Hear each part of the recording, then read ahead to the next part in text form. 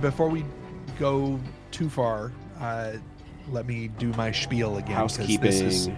Housekeeping, because this is the 5th and final episode of our little tour through Myst. This is not being recorded live, so we're not going to be able to answer your questions in chat. But I will say that I'm planning on going back through these, and any questions that you guys may have, I'll go ahead and pick them up. I keep a document with all the great questions we get, and as we do more of these, or as things come up, I always find a way to fit them in. So may not get answered today, but it'll get answered eventually.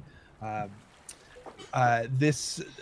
reason that we're doing this is because we are having our very first sale on the Steam platform of our newly reimagined version of Myst, and the Steam version is both for PC and PCVR as well as for Mac, and our Mac version is optimized for the M1 chipset, which we're one of the few apps to do that, or to have that thus far. We're really proud of our work there, and Michael Trebka and Hannah, I think, were instrumental in pushing that across the finish line, so shout out to them. And I think that's all the spiel I have to say. Our sale will be going from November 24th to December 1st. So just keep that in mind. We'd love to, if you haven't picked up the game yet, now's a great time to do it. We'd love to have you on board.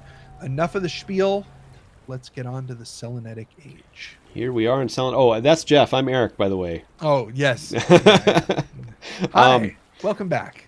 Here we are in Selenitic. So as I was saying in a previous clip, the driving force for me on this age was the atmosphere, was this choking atmosphere. And I don't even think when I originally played the game, I'm sure, I read the journals back when I first played it, but I didn't fully understand that this world is meant to be just getting pummeled by meteor strikes, and it's sort of freshly in the process of being destroying itself, really.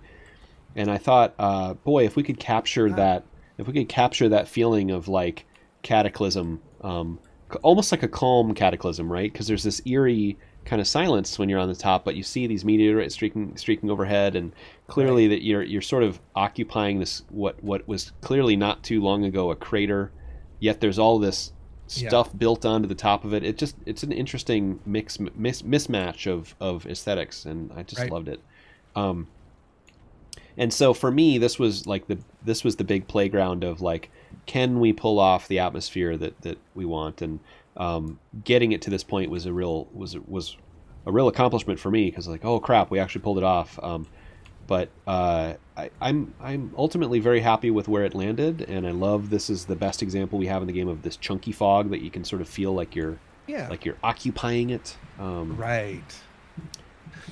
The Selenitic is an age that I've noticed within the comments we get as a place that people love to hang out. Mm-hmm. They love the atmosphere, love to just dwell in this space, which I'm without slighting previous versions, I think is new to this version. Mm-hmm. I think this version has an aesthetic to it that maybe it's the biggest change from what was to what is. I think it is. Yeah, it definitely is. And a lot of effort went into this from a lot of folks. A lot of different areas. I think Robert worked on this little oasis area and some of the stuff around the lava fissure, and also actually quite a lot of the stuff underground. That's all Robert Krebs. I believe the overland stuff was some props modeled by Joe and John, a couple of our contractors, and Derek Robinson did a lot of work on the terrain and ground over here. Really a good group effort of people coming together and just sort of like getting the job done in a crazy short amount of time too. It occurs to me, and I'm going to say this here because then it'll hold our feet to the fire with our fans, is we should probably get the whole art team on a call like this at some point and do something like this where where everybody can kind of comment on things that interest them, because as interesting as you are, Mr. Anderson, you have an interesting team too. Yes, of very talented people, and I would love to. Yeah, I would love to have future chats with them too. Love that. So maybe like the marketing guy in me goes, if that's something you'd like to see, go ahead and say something in the comments or make a comment. I'll make a note of it, and we will see about making that happen. If you tell anybody to smash that subscribe button, I'm going to disconnect from this call so fast. Smash that subscribe button and tweak that like button. I don't know. Do what you do. I'm going to see if I can solve this one real quick. Are you? Wow. Spoiler alert. If you don't want a solve to this puzzle, then look away.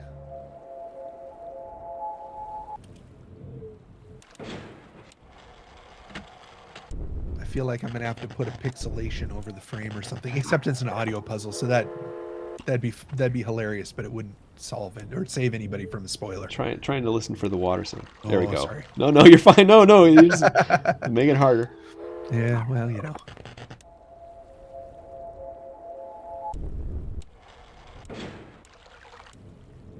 Wind. There we go. Now I need lava. Wow. Clock.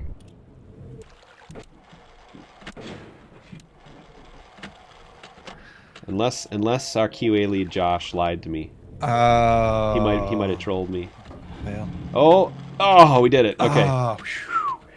Okay. I didn't want to have to do that puzzle manually. I just want to go down here because I really. So speaking of deviation, sorry for the slowdown on that. Not at all. This section here, again, I mentioned Robert Krebs took a swing at this and again just knocked it out of the park. I really, really love what he did with the juxtaposition of natural rock work and this sort of industrial walkway stuff. In the original, I believe this was a corrugated metal, like shiny metal hallway, and in '93 it was awesome. Don't get me wrong. That was I think Chuck Carter did the original art for this age, and this and Mechanical as well, and I love it. But it hit that that sort of like whimsical aesthetic a little too hard, and this was one of those areas where I really wanted to lean into grittier, for lack of a better term. Yeah, industrial works. Yeah, and this entrance hallway really nails it. We get these, these awesome volumetric lights. The lighting blueprints that we have in this game were put together by Blake Bierke, who did a really good job building a tool set for like reusing blueprints. I don't want to get too far into the Unreal stuff, but like it just made our lives a lot easier, especially when it comes to having them act a certain way on one platform and a different way on a different platform for console versus Quest or whatever. So right. But then you get down here to this room, and this in the original, this shot. The pufferfish, the maze runner was so iconic that I was curious, like, how would we be able to hit that iconic beat yet make it be different, make it be new? And I'm really, really happy with the way this turned out. It just feels, especially in VR, being in this room in VR and moving around the maze runner and being in this, being able to walk around and see different angles and again, it's this juxtaposition of this hard metal against this natural rock. It just feels like the Bat Cave or something. Right, and I'm pointing. You can't see it. But all the little electric motor greebles and whatever. We don't know what they do, but man, they're there and they look awesome. Well, this is the magnetic support system for the maze runner, Jeff. Of course, naturally. Don't make me break this down for you and show you what all the parts do. I will. I'm sorry. I'm a marketing guy, not a science. So, and even the maze runner itself has this sort of like, just this utility to it that I it turned out great, and I couldn't be more proud of the work that the team did. I don't think this button's in the original. The auto complete maze button. No, that's a special button. That's an aftermarket. That's an aftermarket addition for those who don't actually want to solve the maze. I don't know if I actually want to go down into the maze. That's a whole thing. That might be a whole different thing. You know what I will say briefly. I will say that the maze. The new maze turned out great. It's still the same frustrating puzzle for anybody who hated this puzzle in the original. Sorry. You have to stay true to your roots. But the visuals for it are amazing. Lance Vermeer And did a pass on the rock work down here, and it just added this level of like the headlight catching the rocks as you fly by. Like I'm real happy with it. plus it's got subtitles now, so It you don't does. actually have to listen to the sounds. You can see the sounds. Yes, or whatever. yes. So. I would highly advise, though, just bribe Jeff or somebody else at Cyan and have him send you an internal build so you can push the autocomplete button. That's really that is not a thing. That do not send me messages. But that it is could not be. a thing. Oh my goodness. Do I have to get Hannah in here? Because I will. Don't make me do it. Oh my goodness. So let me end kind of with one sort of nod to the future type question. I'm putting you on the spot here a little bit, but hopefully not too much. I'm wondering if you can speak to how this development process, how the development process of this newly reimagined version of Myst is sort of carrying forward into Firmament and beyond. Sure. Quite a lot, honestly. Let me see. Let me break it down. This project, like I said, when developing this project, we added a whole new suite of tools to our pipeline that we never had before.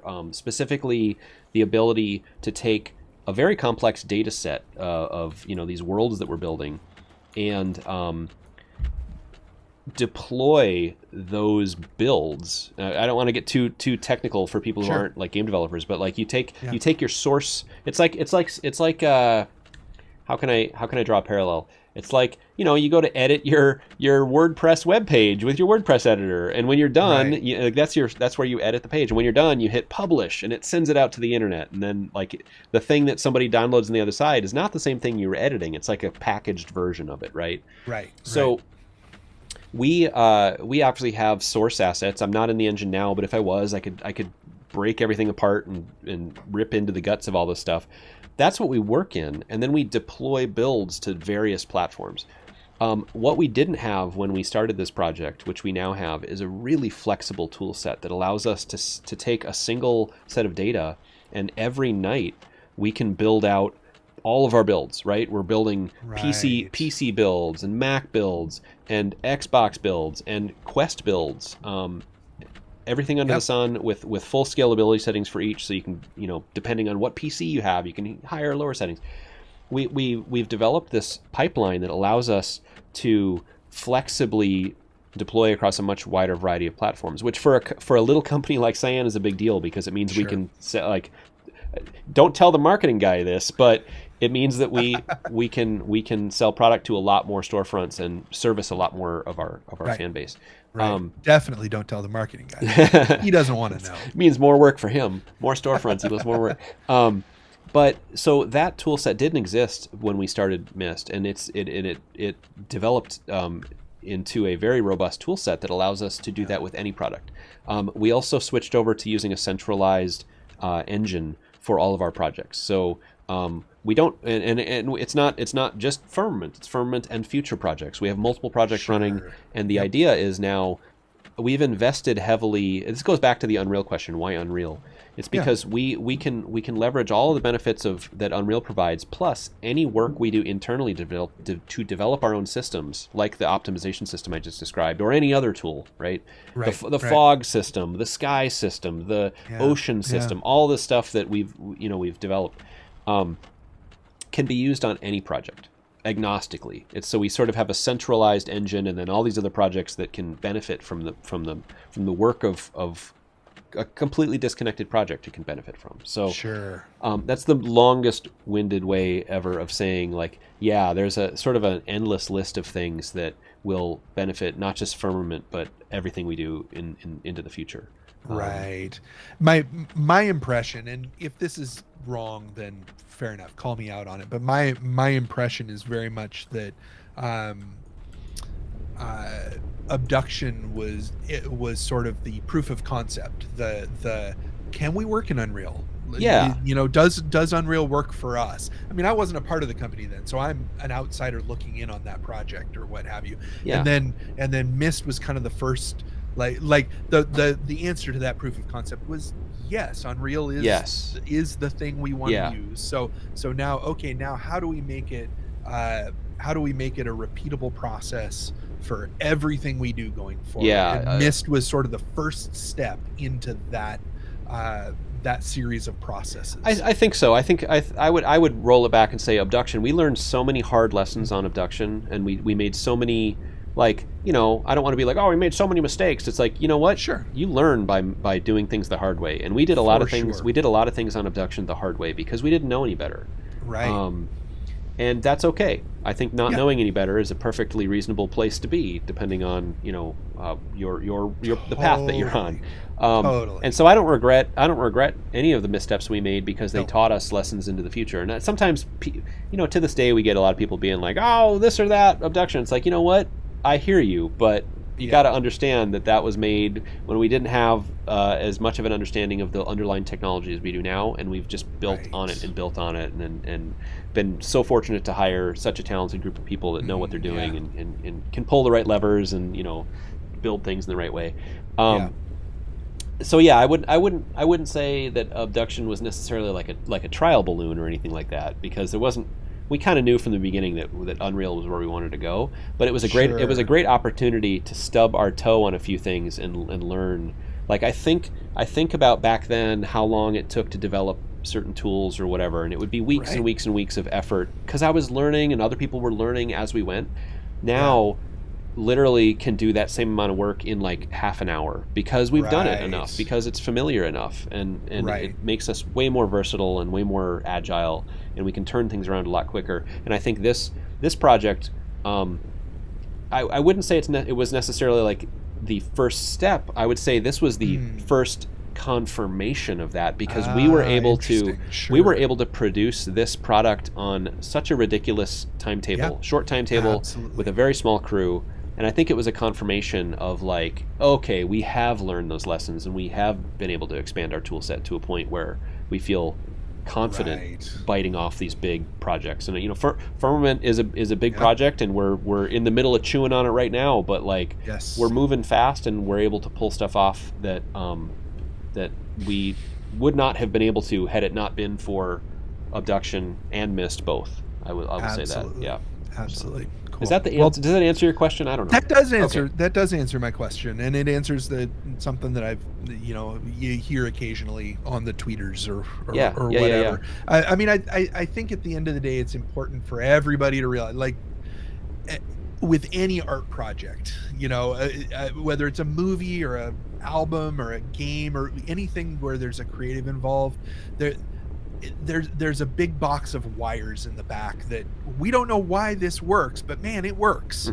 And you get some of that. I mean, some of the stuff is just very much like, I don't know. You don't want to look behind the scenery at the play, because it's a box of wires back there, but they managed to put on a play. So that wasn't at all to belittle the effort on Abduction. I think Abduction's an amazing game, and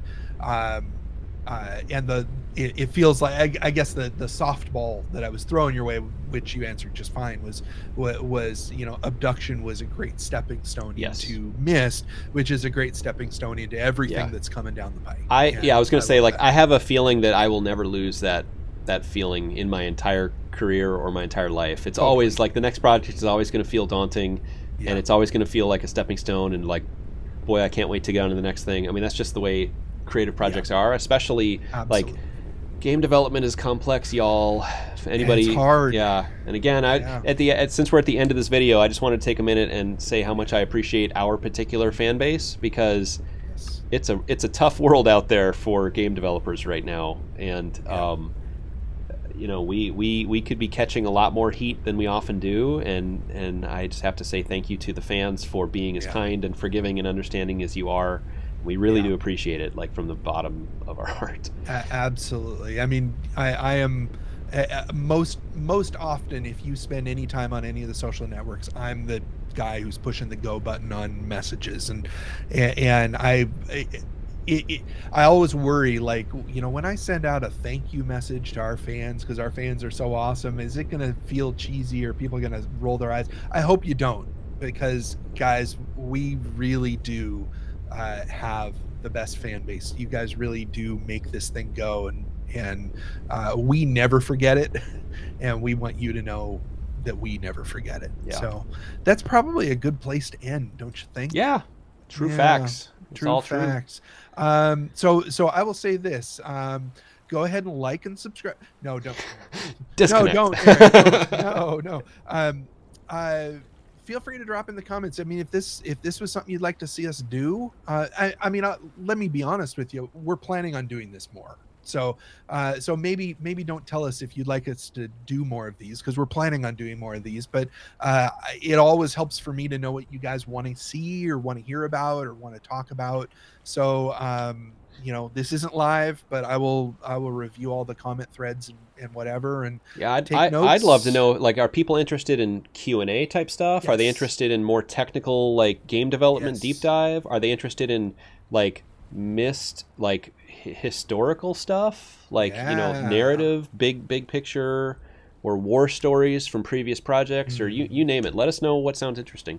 Right. And the only answer you can't give is I want all of those things, because no, vote for something. Tell us what you want, and I will do my best in the behind the scenes to make some of that stuff happen. We've got some big streaming ambitions and some plans that we are trying to push forward, and we really do want to do this on a more frequent basis. So thanks so much for your time, and Eric, thank you so much for your time. Thank you. Appreciate it. Out of your day, and we will see you on the next one, guys. Thanks, everybody.